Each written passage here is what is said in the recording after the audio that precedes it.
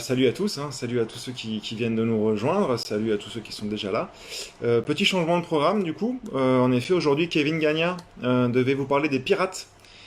Mais il y a une sorte de problème, j'ai pas tout compris, une sorte de planche et de requin, enfin bref, j'ai pas tout saisi, mais je suis là et on s'adapte. Donc aujourd'hui, je vais donc répondre à la question de Greg, que je salue au passage.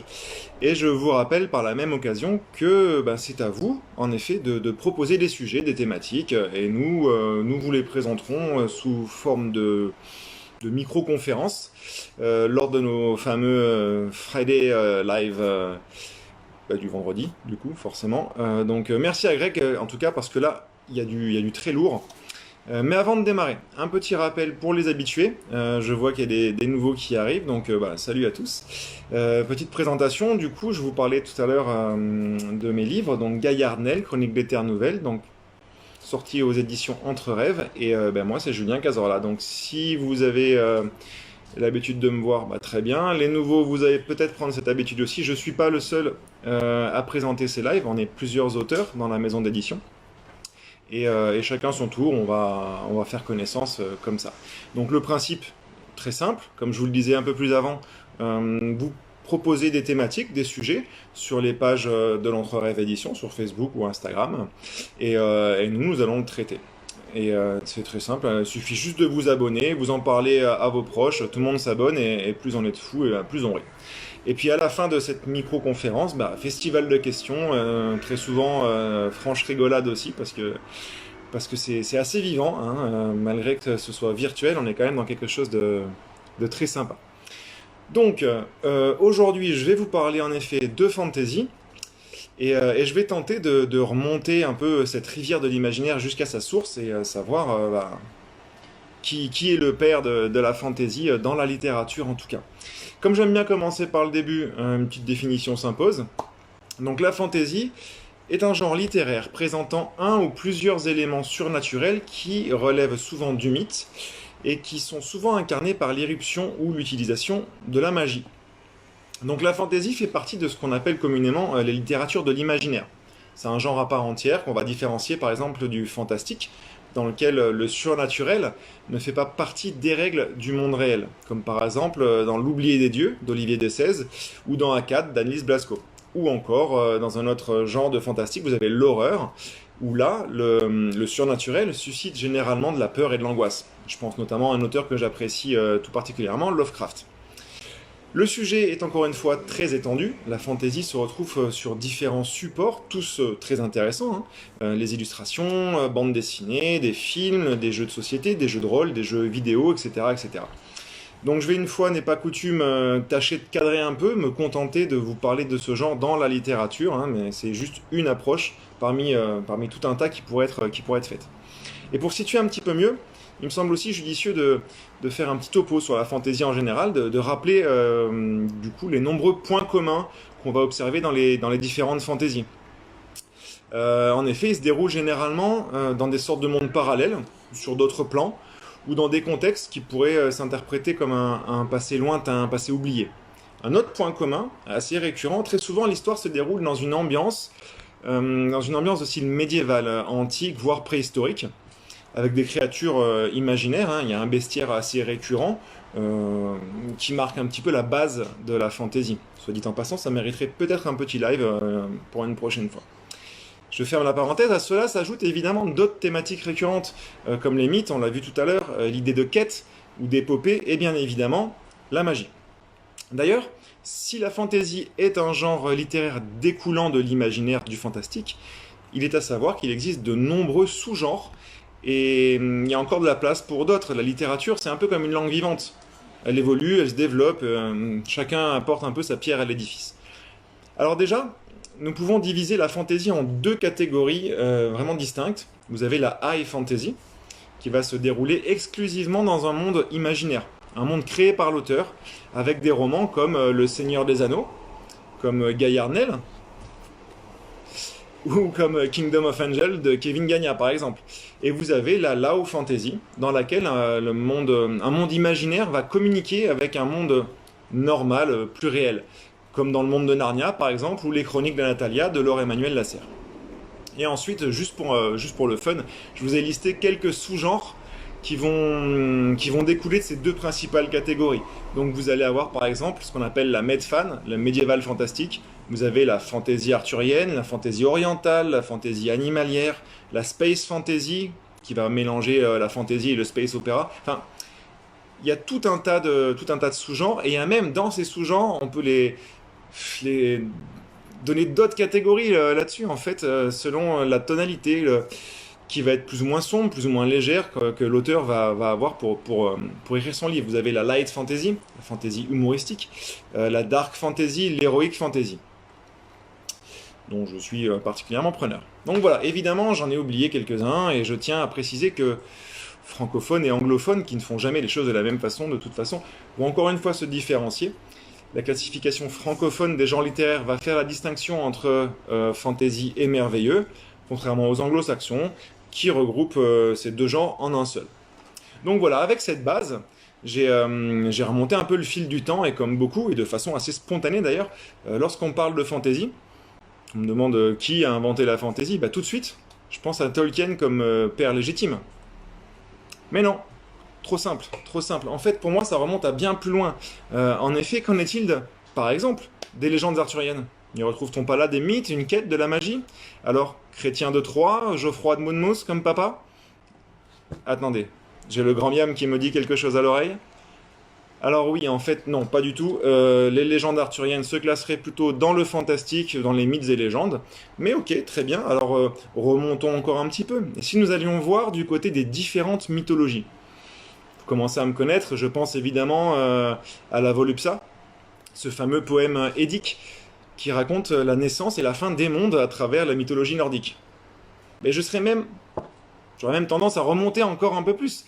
Imaginez les aïeux de Rahan à l'abri des bêtes, autour d'un feu, en train de se raconter des histoires de monstres et de chamanisme, en train d'évoquer des aventures folles à courir les plaines à la recherche d'ivoire et de flammes. Donc voilà, ouais, pour moi, la fantaisie remonterait à ces temps-là. La fantaisie serait la mère de l'histoire et de tous les styles littéraires, de l'imaginaire, d'autres genres artistiques. Ben, je me suis quand même posé un peu, j'ai réfléchi, comme quoi tout arrive. J'ai réfléchi à un élément primordial que je n'avais pas pris en compte en fait dans ma réflexion, et qui est essentiel pourtant, le contexte. Bah ouais, le problème c'est qu'en ces temps-là, les notions de fiction et d'histoire, le savoir aussi, n'étaient pas les mêmes. Ce serait donc plus judicieux de ne pas se laisser emporter, tout simplement, de commencer à parler de fantaisie qu'à partir du moment où le récit, ou la part de merveilleux qui va contenir, forme clairement une fiction, un divertissement, et non une croyance établie ou une explication de ce qui se passe en fait. Même s'il est vrai que ces textes, toutes ces histoires qui ont traversé les âges, qui ont traversé les civilisations pour venir jusqu'à nous, peuvent servir de base à l'imaginaire moderne. Bon, ok, mais il faut pas s'emballer, on n'est pas sur de la fantaisie, on n'est pas sur la naissance de la fantaisie à ce moment-là, question de contexte. Donc j'ai mené ma petite enquête. Et après de nombreuses recherches comparatives, j'ai pu compiler quelques données que je vais vous présenter. Ça fait pro, j'ai trouvé cette phrase géniale. Ce qui va faire nettement moins professionnel par contre tout de suite, je vous le dis, ça va être mon accent anglais lorsque je vais citer certains titres ou certains auteurs. Donc auprès d'eux, je m'excuse, et je m'excuse également auprès de vos oreilles sensibles. Donc voilà, ce sera un peu scolaire, mais je vais annoncer plein de choses vraiment intéressantes, vous allez voir, on va vraiment suivre, remonter l'histoire de la littérature et de la fantaisie en général. Donc si la plupart des spécialistes s'accordent tous à voir naître la fantaisie, le style fantaisie au 19e siècle, avec l'auteur écossais George MacDonald, qui a écrit notamment Fantast en 1858 et La Princesse et le Gobelin en 1872. Ou encore avec William Morris. Rien à voir avec Lucky Luke, hein. Lui il a écrit La Plaine étincelante en 1891. Là je fais genre je me rappelle des trucs, mais bien sûr j'ai mes petites fiches à côté. Et lui il a écrit donc la Source au bout du monde en 1896. Et d'ailleurs il est à noter que ce William Morris a fortement influencé l'œuvre de Tolkien. On y reviendra peut-être un peu plus tard. Mais il faudra attendre vraiment le début du XXe siècle pour que ce style trouve son public. En France, le roman Les Centaures d'André Lichtenberger, j'essaie de me déplacer un peu, je crois qu'il y a encore une fois un petit problème de lumière, voilà, les aléas du direct. Donc je disais en France, le roman Les Centaures d'André Lichtenberger, Même les noms français sont pas évidents à prononcer. Paru lui en 1904, met en scène une préhistoire alternative où vous allez avoir des centaures, des tritons, des faunes qui vont cohabiter avec les premiers hommes. D'ailleurs, pour l'anecdote, à l'époque, le roman était rattaché au genre fantastique, avant d'être considéré comme un précurseur de la fantasy. Chez nos amis britanniques, on va produire le serpent d'Ouroboros, Edison, en 1922, ou le célèbre, qui pour moi était un des livres phares de la fantasy, La fille du roi des elfes, de Lord Dunsany, en 1924. Un peu plus tard, dans les années 30, on va voir apparaître L'épée dans la pierre, de T.H. White, qui s'inspire des légendes arthuriennes, on l'a vu tout à l'heure, et dont le roman va être adapté en 1963 par les studios Disney. Et vous l'avez deviné, avec Merlin l'Enchanteur.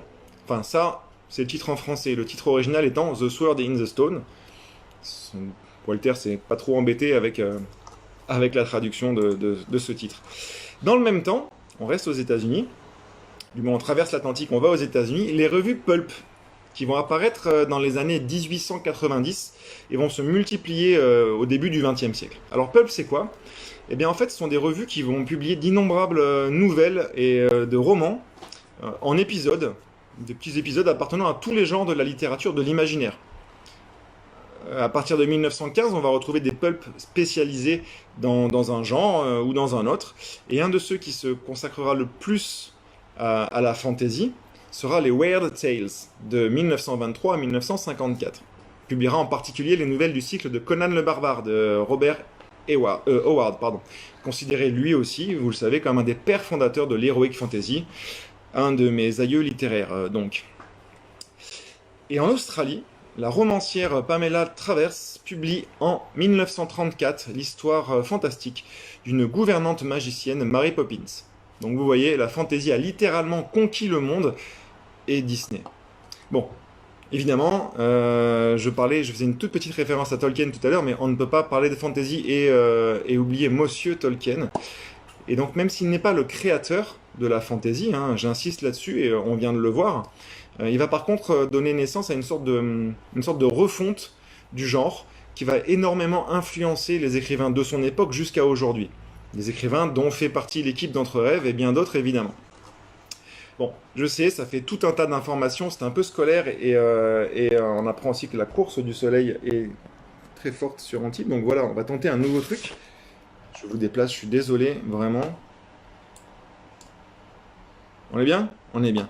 Donc je disais tout ça un peu scolaire, ça fait vraiment beaucoup d'informations, mais comme je disais au début, c'est un vaste sujet encore une fois, donc voilà. Donc qui est le père de la fantasy? Est-ce qu'avec tout ça on peut répondre à la question qui a été posée par Greg? Bah, j'avoue que malgré toutes ces informations, pour moi en tout cas, il est difficile d'affirmer quelque chose et de répondre. Les spécialistes situent la naissance de la fantasy au 19e siècle, bravo, pour ceux qui suivent, George MacDonald, William Morris, qui a lui-même influencé Tolkien, qui a lui-même influencé d'autres auteurs, etc., etc. En fait, encore une fois, je vais devoir, pour répondre à cette question, donner un avis vraiment personnel. Voilà, nous cherchons depuis tout à l'heure le père de la fantasy. Et nous nous rendons compte qu'il est assez difficile de sortir un nom en particulier. Alors voilà, moi je pense qu'en fait la fantasy a plusieurs pères, tout simplement selon le prisme qu'on va utiliser pour chercher la réponse. Mais une seule mère, l'imagination. Au début de ma petite présentation, j'ai écarté d'autres styles artistiques touchant à la fantasy, la musique, les illustrations, la bande dessinée, tout ça, tout ça.